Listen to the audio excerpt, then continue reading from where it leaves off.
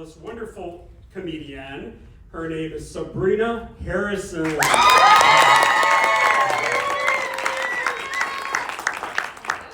It's me, the only blonde in Chicago. And joke's on you, because I'm not even natural. Big bummer. Well, the holidays are right around the corner, and I'm going to give you guys a hot take right now. I don't really like this time of year. I'll be real. It's a lot of pressure to be in the holiday spirit all the time and always have a smile on your face. I just feel like if you don't, like the producers of It's a Wonderful Life are just gonna like shoot you on sight. And especially like New Year's Eve. I just feel like fun's the name of the game on New Year's Eve. And if New Year's Eve was a person, it would be like a helicopter wasp mom who's just like constantly over your shoulder the whole night. Like, are you having fun?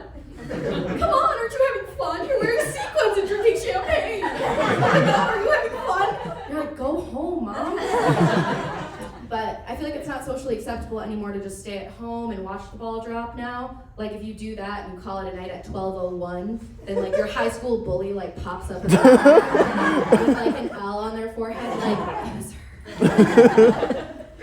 Guys, speaking of rude bitches, my grandma the other day. Alright, calm down, I'm kidding. It's not that kind of show. You guys were like on the edge of your seat waiting for me to like slam an old lady. Like, damn, I like you guys.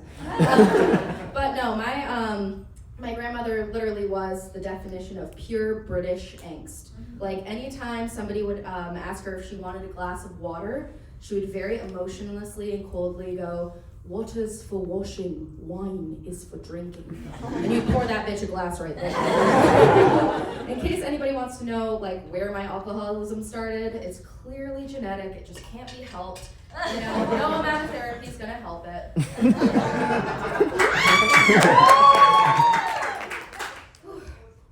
Now, she wasn't a villain, but she was villain adjacent. The only time I can think of when I was truly a villain, like straight out, no apologies, was when I was in 4th grade. Great way to start a sentence. When I was in 4th grade, we had this little payment system in elementary school. And anytime we did something right, anytime we did something the teacher liked, do our homework on time, get our planner signed, shut the fuck up for 10 minutes so she could pop 2 Xanax and forget that she's making minimum wage, she would give us a popsicle stick, like a colored popsicle stick. And it's like a little payment system. So at the end of the year, you'd save up all your popsicle sticks and you could buy stuff from her at the back of the classroom. No, not crystal meth, you pervs. But little trinkets, toys, erasers, that kind of stuff. They were kind of shitty, but she did splurge on one big ticket item, which was like this full-size Nerf gun. It had all the bullets, all the fix-ins, and everybody wanted it. Which, okay, side note, wouldn't it be really cool if we did that payment system in real life? Like, you got up today? 5 popsicle sticks! You used a condom with the guy you met behind the Applebee's dumpster? 3 sticks, you responsible whore? Wait, you're not keeping the baby? 2 sticks. Wait, you told me you used a condom. No, but we didn't really like the toys that she had, so we kind of came up with our own little payment system, like where we would trade stuff that we had, like our folders, lunch boxes, snacks we brought, our souls, typical child stuff. And so my mom had gotten me these really, really, really fucking cool magnets. They were magnets for our locker. They were like special edition. They lit up. You guys are poor, you don't know. They were really fucking cool. I don't know how to convey it, but they were cool.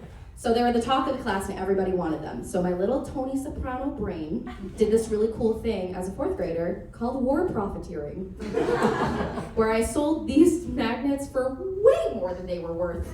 Did someone say NFTs? I'm sorry. But no, so I was selling them left, right, and center for way more than they were worth. So the end of the year rolls around and I am rolling in sticks. Like if I was a beaver, I'd be king. So end of the year comes, everyone's at recess and it's me and my teacher alone in the classroom. And I'm like, all right, I clean her out of every single trinket she has. And guys, remember that full-size Nerf gun? I fucking got it. What mama wants, mama gets. Yeah. So walk out with my bag full of prizes. And throughout the year, I had this little inventory sheet of all the names and locker numbers of the people I had sold magnets to. And it was in cinnamon-scented marker with backwards R's, but still, it was smart. And we didn't have locks on our lockers for the children's safety, but also for me to steal. So one by one, I went back and I took back my magnets. And you guys might be like, why did you take back those shitty magnets? They're just fucking magnets. Because my mommy got them for me and I wanted them, so I took them back. So, yeah, that's my only villain story, but from there on, it's just deny. Even tonight, if you guys bring it up. What popsicle sticks? I'll deny it.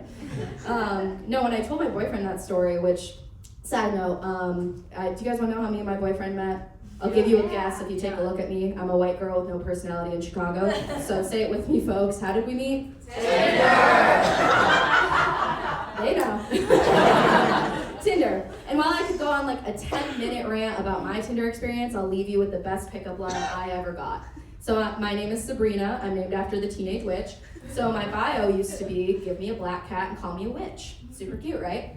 Well, a certain gentleman whose race will be undisclosed DM'd me one day and said, I'll give you a black cock and call you a bitch.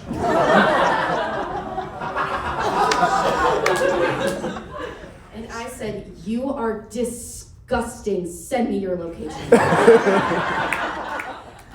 No, but I told my boyfriend that popsicle stick story, and he looked at me very concerned. And he said, wow, you know, I think that's the first time I've ever actually been afraid of you.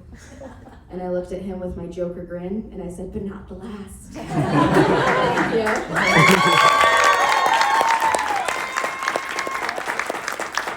you're not drunk, I suggest you take another drink, but seriously, this is the best comedian.